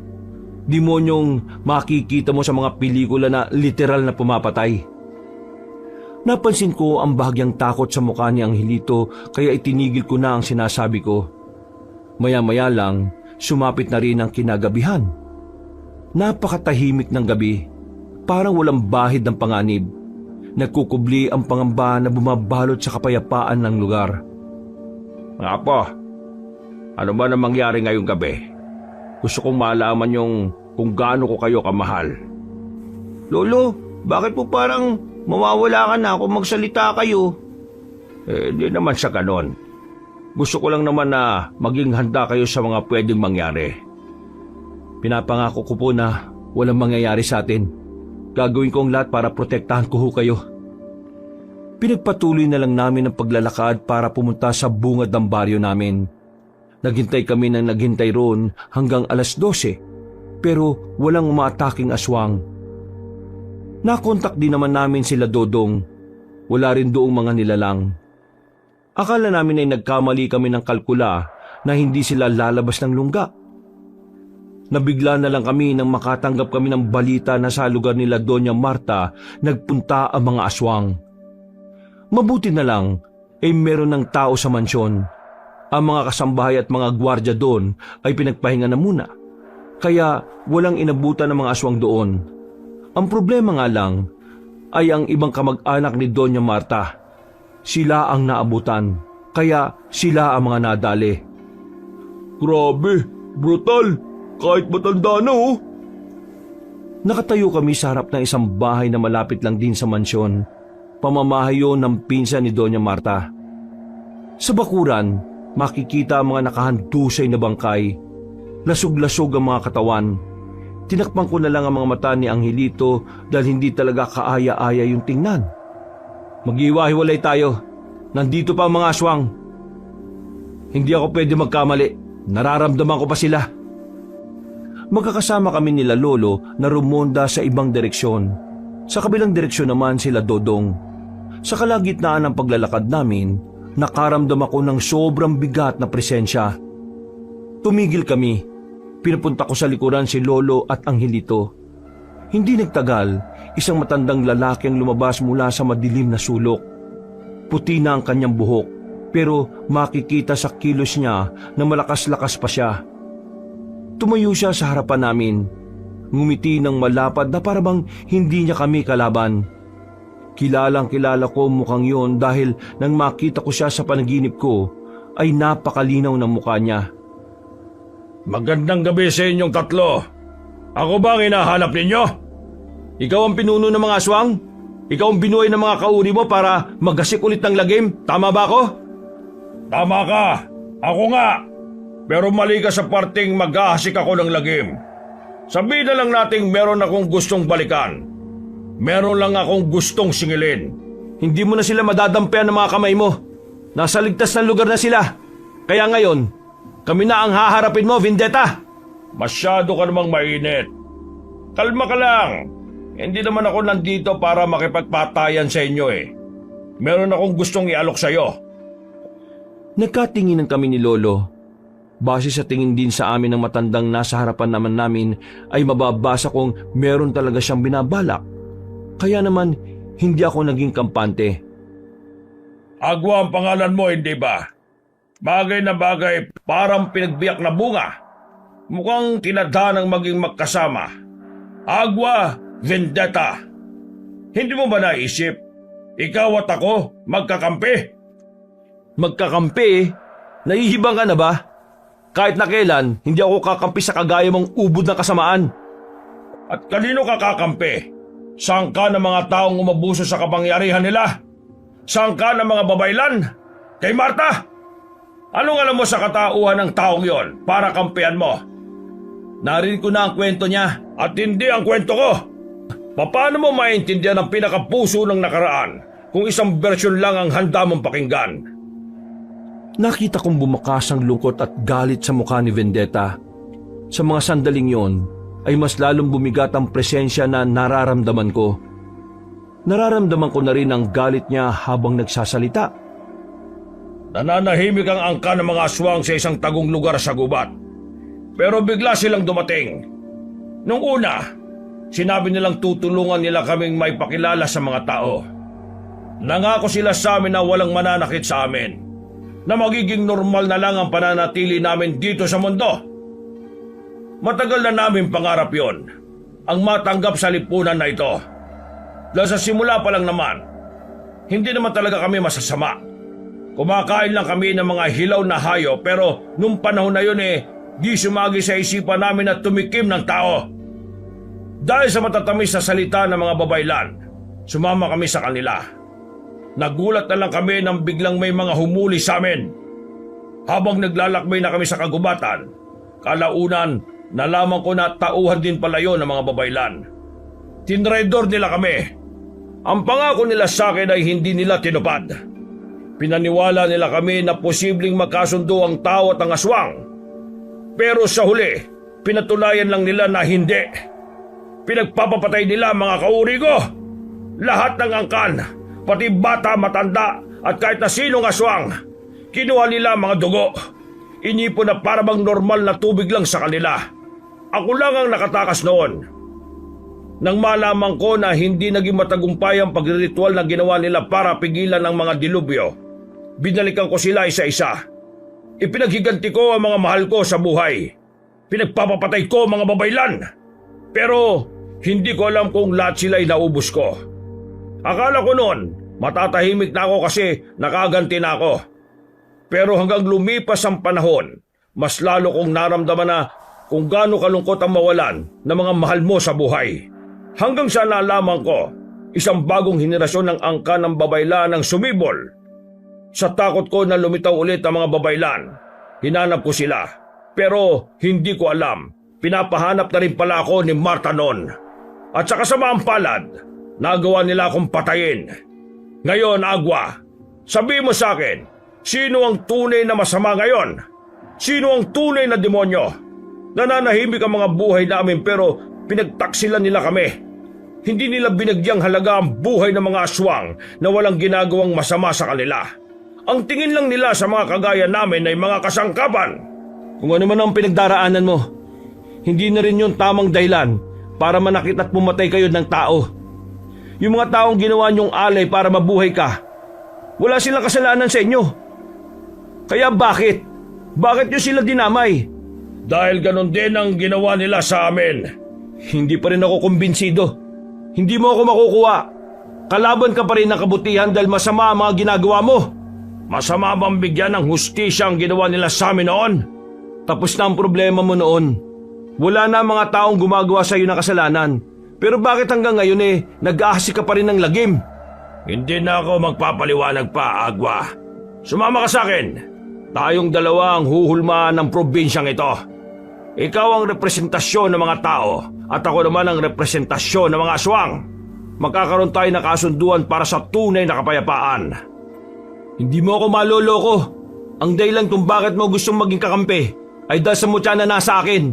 Gusto mo magamit yun para mas lalo ka pang lumakas. Hindi yung mangyayari. Nagsasayang ka lang ng oras. Bibigyan kita ng oras para makapag-isip. Pag-isipan mo na maigi, Agua. Kapag tinanggap mo ang gusto kong mangyari, maraming buhay ang maliligtas. Palis na sana si Vendetta pero nagulat ako nang biglang dumating ang grupo ni Rogelio. Nakasalubong nila matandang aswang. Bigla-bigla na lang nilang inatake yon. Sinubukan ko silang pigilan para mailigtas sa mga buhay nila. Pero hindi nila ako pinakinggan. Nakita na lang namin na pinagbababalibag na ni Vendetta ang mga albularyo. Nagkanda-bali-bali ang buto ng mga yon dahil sa ginawa nito. Tanging si Rogelio na lang ang natitirang nakatindig. Rogelio! Huwag kang atake ha! Hindi mo kakayanin si Vendetta! Manahimik ka! Hindi ako duwag gaya mo! Sino kang tao ka? Sino ako? Ako lang naman ang papatay sa'yo! Ang lakas din ng loob mo ha! Manda ka sa akin! Wag! Sa pagnanais na mailigtas ko si Rogelio, Muli kong napagana ang kapangyarihan ng mutya ng libag. Nagawa kong makalapit sa kanya ng sobrang bilis. Nahawakan ko siya at nailayo roon kahit siya ay nagulat din. Pasensya ka na, Vendetta, ha? Kahit naintindihan ko ang pinanggagalingan ng hinanakit mo, hindi ko pa rin haayaan na makapatay ka ng mas maraming tao.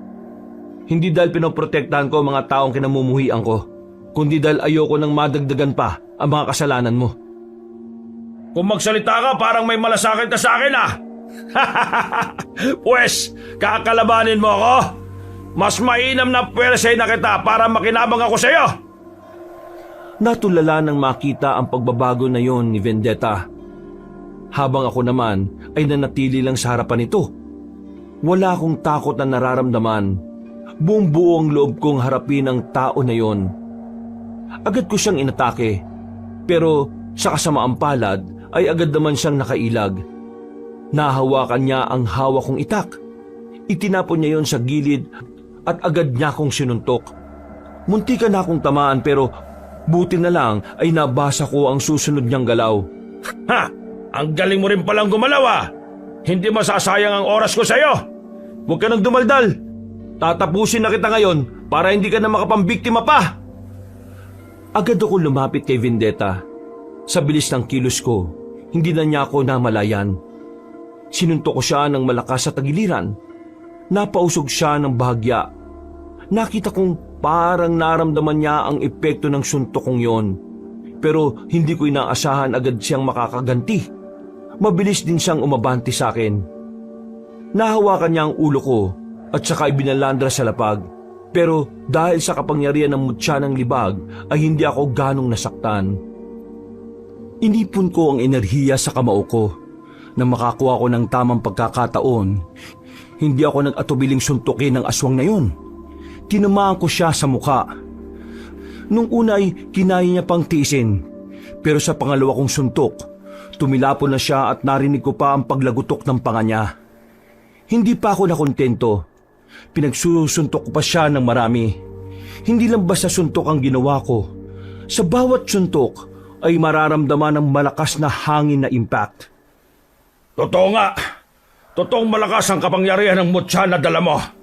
Kaya sige, ilalabas ko na rin ang tunay na lakas ko! Umangil siya ng malakas. Sobrang lakas ng ingay na nailalabas niya. Dahilan para magtakip na rin ng tenga sina Lolo at Angelito. Bigla na lang ding bumigat ang pakiramdam ko. Nagulat na lang ako nang mahawakan na niya ako sa leeg. Hindi ako makagalaw. Wala na akong nagawa nang bigla niya akong ihambalo sa pader. Binugbog niya ang katawan ko hanggang sa mahirapan na akong makabangon. Malakas ka! Malakas ang mutya!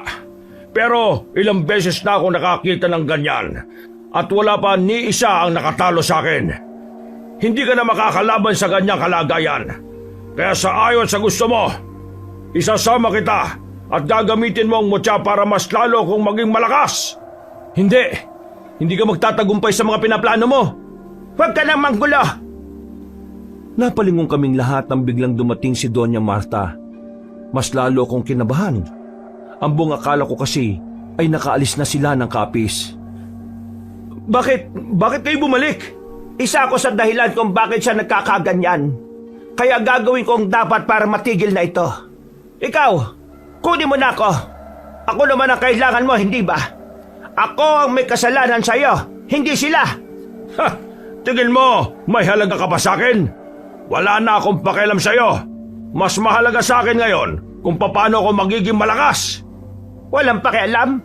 Pero anong ginagawa mo sa mga kamag-anak ko? Pinapatay mo! Wala silang kinalaman sa mga nangyari noon! Manahimik ka! Sinabi ko na sa iyo, wala akong pakialam. Lumayas ka! Dapat lang pala talaga na nawala mga mahal mo sa buhay dahil tunay kang masama! Anong sinabi mo?